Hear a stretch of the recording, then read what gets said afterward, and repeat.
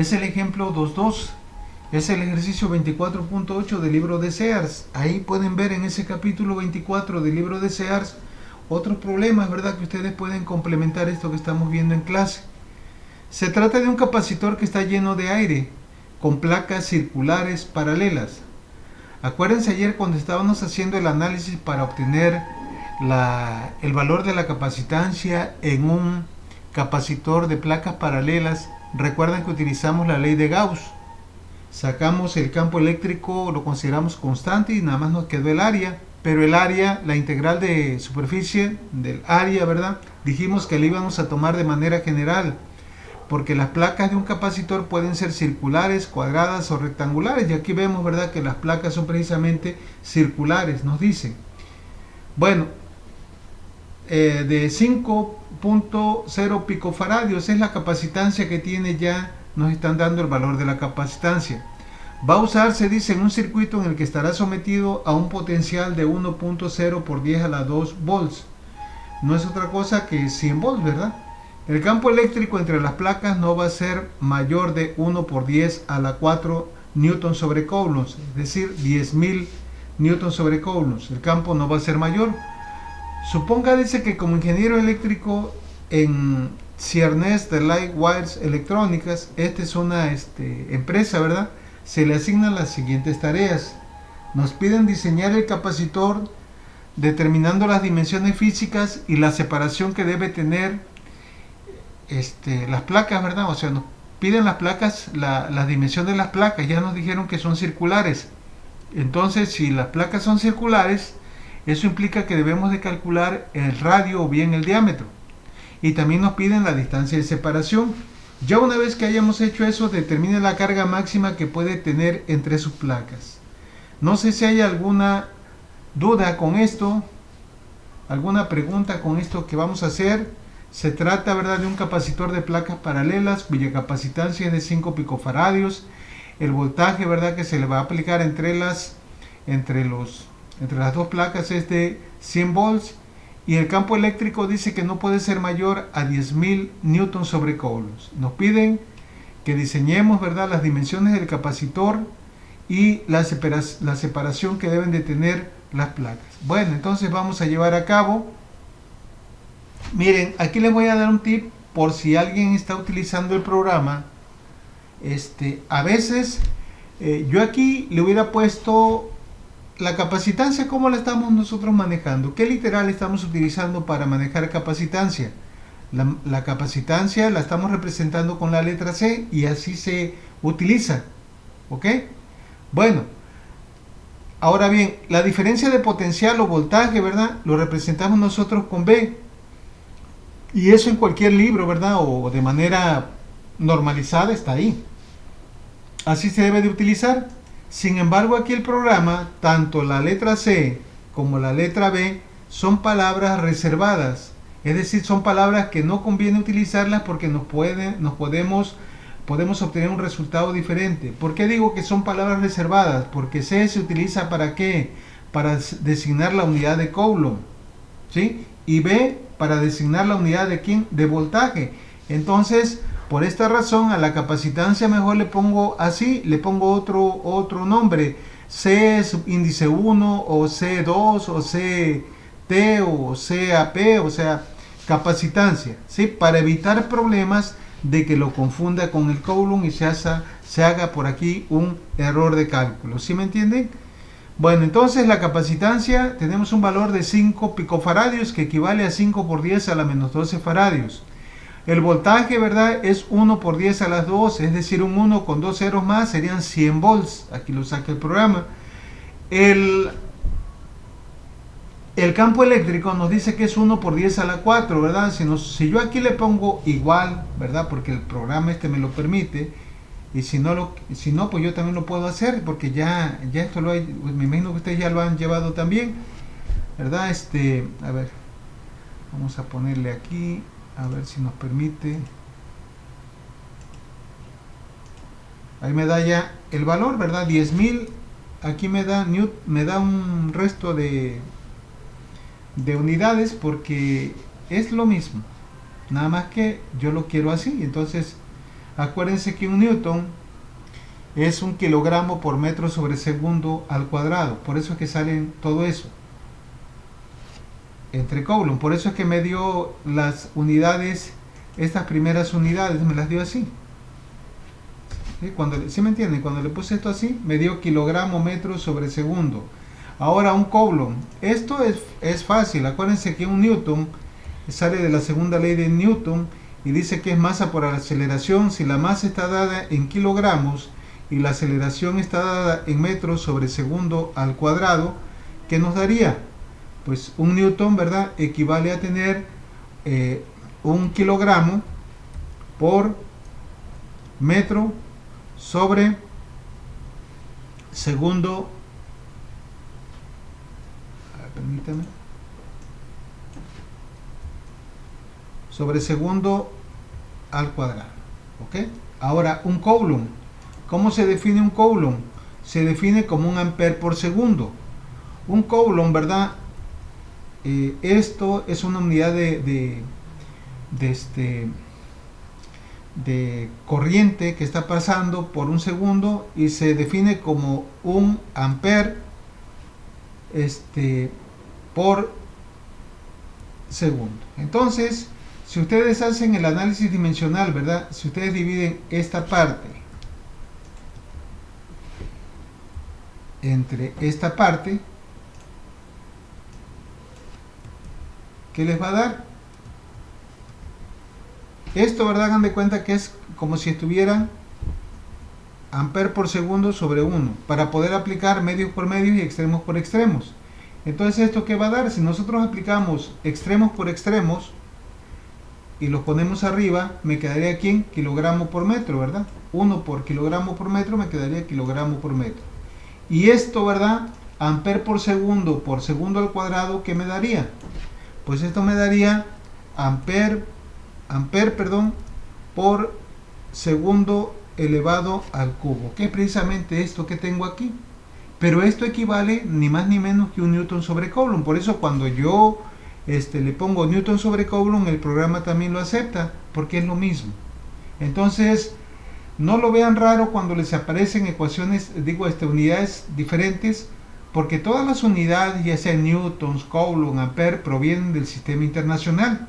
Y el sistema internacional tiene 3 dimensiones fundamentales, que son la masa, la longitud y el tiempo. La masa en kilogramos, la longitud en metros y el tiempo en segundos, ¿sí? Bueno, entonces perdimos un poquito de tiempo para explicar esto, por si ustedes utilizan este programa para hacer sus tareas o algún otro ejercicio que tengan en otras materias, pues ahí van a saber por qué pasa eso, pero vuelven ustedes a reescribir las unidades iniciales que tienen y no pasa nada. No sé si hay alguna pregunta. Entonces, 1 por 10 a la 4 es como si yo pusiera un 1 y 4 ceros más, me daría 10.000 newton sobre Coulomb. Bueno, entonces ya tenemos nosotros los datos, la capacitancia, la diferencia de potencial, el campo eléctrico y la constante de permitividad eléctrica del aire. Entonces, ¿qué nos piden? Dice que como ingenieros de esta empresa se les asigna la tarea de diseñar el capacitor, determinando las dimensiones físicas y la separación que debe tener. O sea, vamos a ver cómo quedaría. Dice, debido a que es un capacitor circular, necesitamos determinar la magnitud del radio. ¿Cómo calculamos el área en un capacitor, en un círculo? Pues simplemente pi por radio al cuadrado. Entonces nosotros necesitamos calcular el radio. Bueno, antes, pues necesitamos sacar, ¿qué necesitamos sacar? Díganme. Fíjense bien qué podríamos utilizar aquí. ¿Qué fórmulas tengo para hacer esto? Pues tengo esta fórmula, la 2.2 o bien 2.5, que es esta. Aquí, ¿qué sería conveniente sacar? Tengo la capacitancia, ¿sí? Tengo la constante de permitividad, necesito el área, pero me falta todavía aquí la distancia. La distancia no la tenemos porque es algo que tenemos todavía que calcular. Entonces, ¿cómo le haríamos para calcular el área? Bueno, primeramente dice, antes de calcular el área se determina la distancia de separación entre las placas. Esta ya la podemos sacar. Acuérdense que estamos utilizando la ecuación 1.26, 1.28 para esto.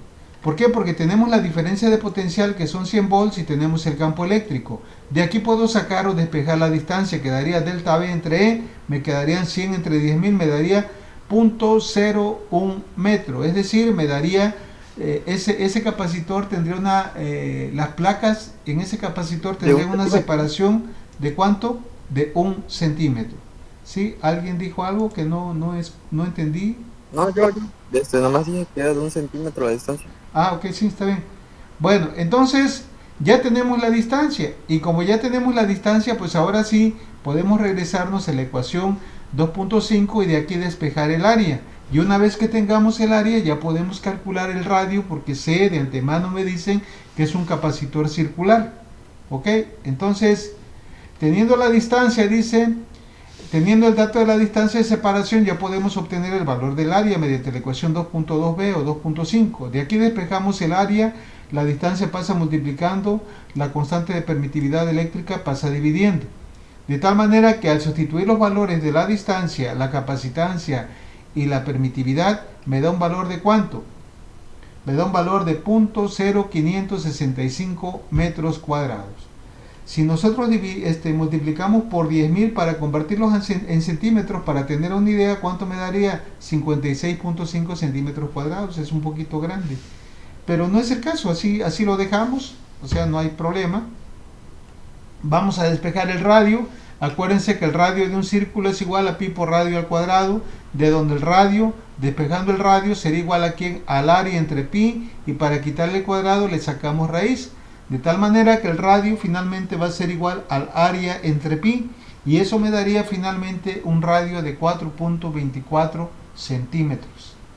No sé si hay alguna pregunta, alguna duda con esto. ¿Preguntas, dudas?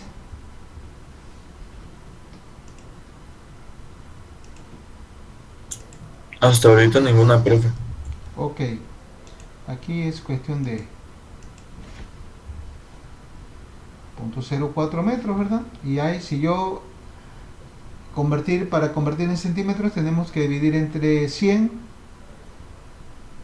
Me quedaría ¿cuánto? 4.2, ¿verdad? O bien directamente aquí en el programa le puedo poner las dimensiones ya en centímetros. Bueno, entonces ya tenemos el primer inciso que nos pedían determinar, ¿verdad?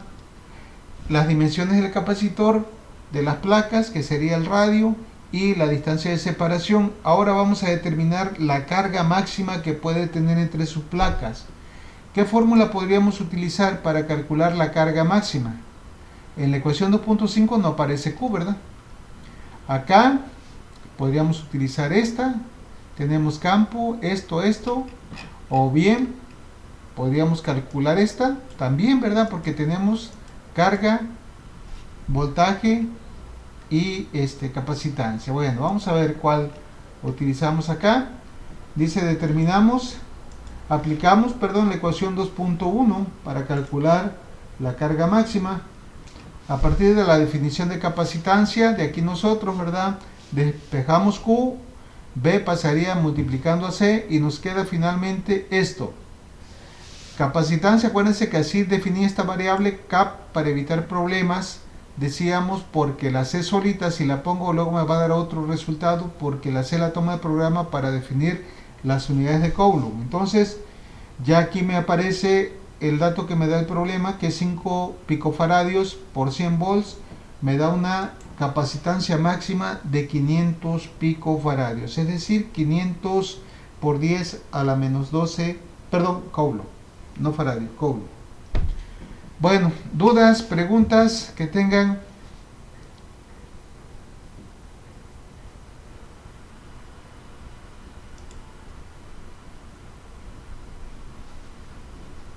¿Alguna pregunta que tengan?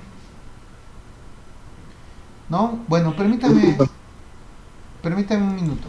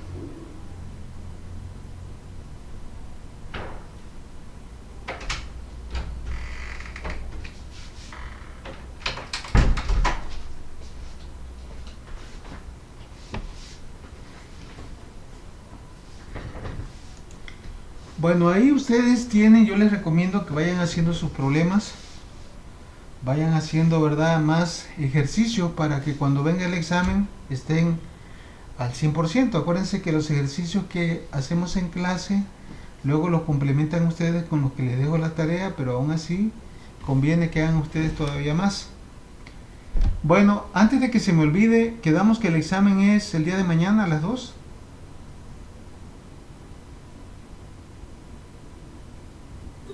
Pues sí, profe, eso es lo que habían comentado. Eso, ahí No, habían quedamos. dicho que el viernes, ¿no? No, había, el jefe de grupo me había dicho que el jueves a las 2. Jafet, Jafet.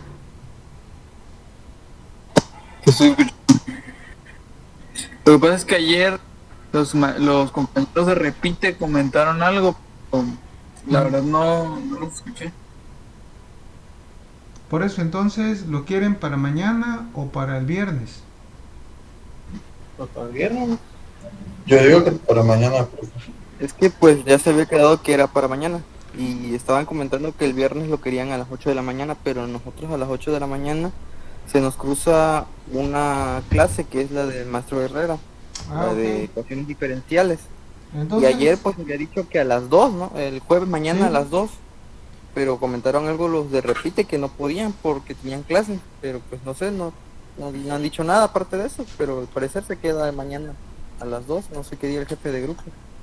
ok, yo ya lo tengo programado para mañana a las 2. No sé si ya lo checaron ahí en la plataforma, ya está. Entonces, pues lo dejamos a las 2 para mañana, a menos de que haya un detalle por ahí.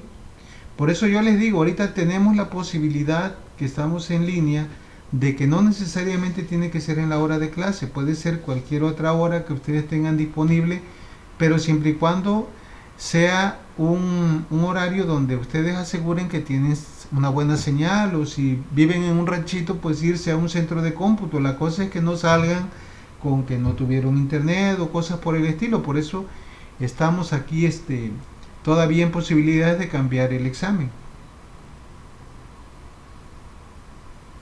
¿Ok? Entonces, díganme ustedes, pónganse de acuerdo bien. Si ya no me dicen nada, así lo dejamos, ¿sale? A las 2 mañana. Bueno, vamos a iniciar otro tema. Ahora, el tema es referente a capacitores pero cilíndricos. Es el tema 2.3 que aparece ahí en el programa de estudios. Bueno, el tema se trata de un capacitor cilíndrico. Acuérdense que estos capacitores cilíndricos son más o menos como se fabrican los capacitores de tantalio. Recuerdan que se mete un polo y luego se recubre de material dieléctrico y luego se forra con la capa la otra placa. Entonces, algo como esto, ¿verdad?, es lo que vamos a analizar. La intención es calcular nuevamente el valor de la capacitancia. Acuérdense que cuando en el tema pasado, cuando vimos capacitores de placas paralelas, pues deducimos el valor de la capacitancia aplicando la ley de Gauss. Ahorita vamos a ver qué es lo que vamos a utilizar. Bueno, aquí tenemos entonces el capacitor cilíndrico. Está el polo A, ¿verdad? El polo interior, y luego hay una carcasa que cubre al otro polo y hay una distancia de separación entre ellos. El centro, ¿verdad? El conductor cilíndrico, el conductor del centro tiene un radio que le vamos a llamar A, y de aquí hacia el exterior está el radio B. La distancia de separación entre los dos conductores pues sería B, le restamos lo que vale A y ya nos da precisamente la distancia de separación. En una manera un poquito más digamos que visible, lo que tenemos acá en la parte de acá de la derecha. En esta figura tenemos nuevamente el conductor exterior, el conductor interior, el radio de cada uno de ellos, y aquí vamos a utilizar nuevamente una superficie gaussiana tipo cilindro para hacer los cálculos que vamos a utilizar más adelante. Tenemos una carga Q negativa acá, ¿verdad? La carga positiva es la del conductor interior, por eso es que las líneas del campo salen y entran a la exterior. Hay que recordar que las cargas son las mismas que tiene en las placas de un capacitor. Nunca vamos a encontrar un capacitor que acá haya 10 coulombs y acá haya 5 coulombs, porque la transferencia, acuérdense cómo se carga un capacitor. Los electrones de la placa positiva viajan a través de la batería hasta llegar a la placa negativa, y lo que se pierde una es lo que gana la otra, simplemente se transfiere. Bueno, entonces aquí tenemos, ¿verdad?, las dimensiones del cilindro. El cilindro va a tener una longitud L. Ya vimos que los conductores tienen un radio A, el interior, y un radio B hacia el exterior. Bueno, vamos a partir entonces de la ecuación general de la capacitancia, de la definición, Miguel, ¿verdad? ¿Mande? disculpe la interrupción. ¿Sí? Ya nos pusimos de acuerdo que si habría la posibilidad de que nos podía aplicar el examen el viernes a las 8 de la noche, por favor. ¿Sí? ¿Ya se pusieron de acuerdo? Sí, ya, o sea, lo último que estamos platicando con compañeros, sí, el viernes a las 8 de la noche. ¿Seguro? ¿Lo Sí, consultaron? para ser accesibles con lo que repite y pues no tener ningún inconveniente. Pues. Ok, entonces lo cambio. Sale pues. Bueno, entonces estábamos aquí, partimos de la definición de capacitancia. Habíamos dicho que la capacitancia era igual a la carga entre la diferencia de potencial. Ahora, para este tipo de capacitor, dice, es necesario determinar primeramente la diferencia de potencial. Va a ser un procedimiento muy similar al que hicimos con el capacitor de placas paralelas. Recuerdan que nos enfocamos a obtener la diferencia de potencial. Entonces, en este caso, la diferencia de potencial la podemos nosotros representar así. Acuérdense, esto lo vimos, la diferencia de potencial es igual al producto del campo por el vector desplazamiento. Bueno, entonces cuando una partícula se mueve del punto A al punto B, va a haber una diferencia de potencial. Cuando una partícula se mueve en un campo eléctrico, recuerden esto, lo vimos en la unidad 1. Antes es necesario, dice, determinar el campo eléctrico que se produce entre las placas del capacitor. Para ello tomamos el conductor interno y lo consideramos como un conductor con una densidad de carga lineal, porque pueden observar que esto, ¿verdad?, viene siendo un conductor, y este conductor cargado es como si fuera una línea larga, recta, ¿verdad?, que va a tener una carga, y esa carga, como está distribuida linealmente, la podemos considerar como una distribución de carga lineal. Por ahí vimos hace ratito, ¿verdad?, cuando en el problema que teníamos, en el primer problema que teníamos que calcular la distribución de carga superficial, esta dijimos que era Q entre A, pero cuando se trata de una densidad de carga lineal es Q entre la longitud. Eso es lo que vamos a utilizar ahorita, ¿ok? Entonces, tenemos acá, aquí la tenemos, dice, y lo consideramos como una densidad, como un conductor con una densidad de carga lineal. Acuérdense que la densidad de carga lineal es la carga entre la longitud. Para calcular el campo utilizamos la ley de Gauss y emplearemos como superficie gaussiana un cilindro, como se muestra en la figura. Esto que tenían acá, ¿verdad?, es de lo que vamos a utilizar. Acá es lo que vamos a utilizar. Estamos tomando nada más el conductor interior. Decíamos que tiene carga positiva. Las líneas del campo, acuérdense, en un conductor salen de manera radial. Entonces se ajusta precisamente, ¿verdad?, a un cilindro. Por eso es que la superficie gaussiana que vamos a utilizar aquí va a ser precisamente un cilindro. También hay que recordar que en un capacitor, en este caso, ¿verdad?, la distancia de separación es muy pequeña. Tenemos una placa, un conductor positivo y otro negativo. Eso hace que el campo sea uniforme y también, en este caso, lo vamos a considerar constante. Acuérdense que siempre es necesario considerar esto para que cuando nosotros obtengamos acá, ¿verdad?, en la ley de Gauss, apliquemos la fórmula de la ley de Gauss, el campo lo consideremos constante y lo saquemos fuera de la integral para que únicamente ya trabajemos solamente con la integral de el área. Bueno, dice aquí lo que les estoy explicando. Debido a que la distancia de separación entre las placas es muy pequeño, el campo se puede considerar uniforme y constante, de tal forma que la ley de Gauss se puede escribir de la forma siguiente, ya dejando afuera el campo, considerándolo como constante. Ahora, otra cosa que tenemos que ver, ¿cuál sería el área aquí de este cilindro? O las líneas del campo, mejor dicho, qué área atraviesan. Acuérdense cuando vimos lo del flujo eléctrico. Va a haber flujo eléctrico cuando las líneas del campo atraviesen un área.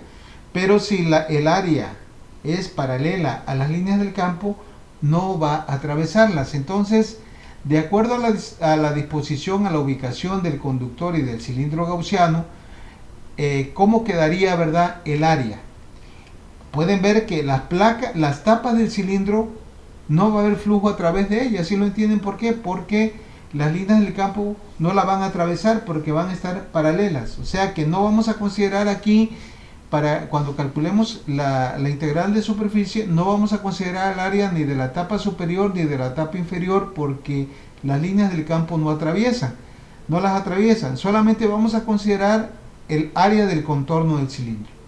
¿Cómo calcularíamos el área del contorno? Acuérdense que un cilindro, cuando nosotros hagan de cuenta que lo cortamos aquí y hacemos el desarrollo, lo abrimos así, ya llevaron dibujo, ¿verdad? ¿Qué vamos a tener entonces? Vamos a tener precisamente un rectángulo. ¿Sí me entienden o no me entienden esta parte? A ver, pues lo voy a hacer acá. Acá está más fácil.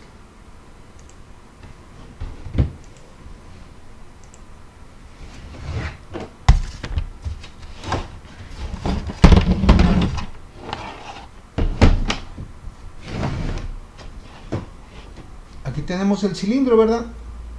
Hasta así. Aquí. Ok.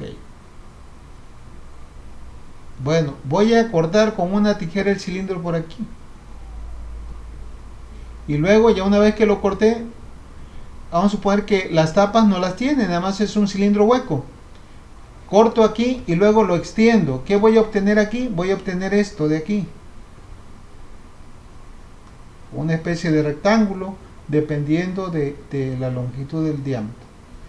Nosotros dijimos, ¿verdad?, que esto, lo que hay de aquí a acá, le llamamos L, la longitud del cilindro. Esa L pues corresponde acá, ¿verdad? Y la distancia de aquí a acá, ¿a qué va a ser igual? ¿Me podrían decir? ¿O cómo la obtengo? Pues la obtengo de aquí. Podría ser el diámetro, ¿no? No, más que nada. No es el diámetro. O sea, cuando tú extiendes esto, lo que vas a obtener va a ser esta parte de aquí. Miren, todo esto, ¿cómo se llama esta parte? Pues es el perímetro. Esto que hay de aquí a acá es el perímetro. ¿Y cómo se obtiene el perímetro en un cilindro? Pues es igual a ¿quién? A pi por diámetro. Pero si no tengo el diámetro y tengo el radio, acuérdense que el diámetro es 2 veces el radio. Entonces quedaría 2 pi por radio. Y finalmente el área de este cilindro, del contorno, ¿a qué sería igual? Pues el largo por el ancho, o sea, 2pi por r por l. Esa es el área, ¿verdad?, que vamos a obtener o que vamos a utilizar en este caso para utilizarla aquí en la ley de Gauss. No sé si hay alguna duda, algún comentario. Dice, se observa que las líneas del campo actúan sobre el área lateral del cilindro, no sobre las tapas. Ya eso se los había explicado, que solamente van a estar actuando las líneas del campo sobre el contorno, ¿sí? Bueno, por tanto, ya el área de la superficie, la integral del área de la superficie nos quedaría así, 2pi por r. Acuérdense que esto es que el perímetro por la longitud del cilindro. Esto. De tal manera que esto ya, sustituyéndolo acá en la ley de Gauss, nos quedaría el campo que lo habíamos sacado como factor por 2pi por rl. Y esto, de acuerdo a la ley de Gauss, es igual a la carga interna entre epsilon 0. Ya de aquí nosotros podemos finalmente despejar el campo. Porque acuérdense que nosotros estamos tratando de encontrar el valor de la capacitancia en un cilindro, en un capacitor cilíndrico, pero para ello primeramente tenemos que encontrar la diferencia de potencial, y la diferencia de potencial está en términos de ¿quién? Del campo. Entonces, por eso es que primeramente aplicamos la ley de Gauss para obtener precisamente el campo eléctrico. Bueno, ya que nosotros tenemos el campo eléctrico, de aquí lo podemos despejar, quedaría Q, todo esto que está multiplicando pasaría dividiendo a epsilon 0 y quedaría de esta forma, así puede quedar. Bueno, no sé si hay alguna pregunta. Aquí vamos a hacer este artificio matemático, vamos a multiplicar por 2 numerador y denominador. Si yo multiplico arriba y abajo por la misma cantidad no se altera. ¿Pero por qué vamos a hacer esto? Porque lo vamos a poner en términos de la constante de Coulomb. O sea, arriba me quedaría 2 por Q, 2Q. Y acá me quedaría 2 por 2, 4pi por epsilon 0. Ahora bien, vamos a separar esta parte. Acuérdense, en la primera unidad, cuando vimos la ley de Coulomb, dijimos que K, la constante de Coulomb, también se puede expresar como 1 entre 4pi por epsilon 0. ¿Sí? ¿Qué es lo que estamos diciendo acá? De tal manera que el campo eléctrico lo podemos expresar así, a partir de la constante de Coulomb. Y ya nos quedaría K por 2Q por R por L. ¿Ok? O bien, ¿verdad? Puede quedar así. No sé si hay alguna pregunta entonces con esto. Ya tenemos una ecuación para el campo eléctrico en este capacitor cilíndrico. Ahora bien, ya una vez que nosotros tenemos el campo eléctrico, también vean que estamos clasificando, ¿verdad? Etiquetando esta ecuación, porque también la vamos a utilizar, así como la utilizamos en los problemas para el capacitor de placas paralelas. Es posible que esta fórmula también la utilicemos en la resolución de algún problema de capacitores cilíndricos. Ahí tenemos, ¿verdad? El campo eléctrico ya sabemos que está en Newton sobre Coulomb. La constante de Coulomb ya la sabemos, que es 9 por 10 a la 9 Newton metro cuadrado sobre Coulomb. La carga en Coulomb, la longitud y el radio van a estar dados en metros. ¿Ok? Bueno, dice, teniendo la magnitud del campo eléctrico se determina la diferencia de potencial. Acuérdense que esto estaba así. Vamos a integrar todavía para obtener la diferencia de potencial.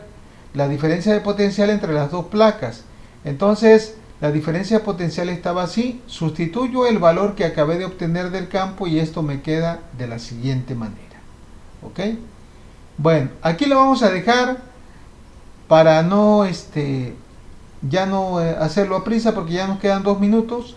Nos vamos a quedar en esta página, la página 2. Todavía no terminamos. Tenemos que hacer la integral. Hay que sacar las constantes, ¿verdad? Por ejemplo, aquí, ¿cuáles son constantes? El 2, K, Q, L. R no, porque vamos a integrar con respecto aquí en a R. Nos va a quedar más adelante la integral de dr sobre R, que vamos a obtener finalmente un logaritmo natural. ¿Sale? Bueno, entonces aquí la dejamos. Entonces quedó el examen para el día viernes a las 8 de la noche. Sí, profe. Ok, Profe, bueno.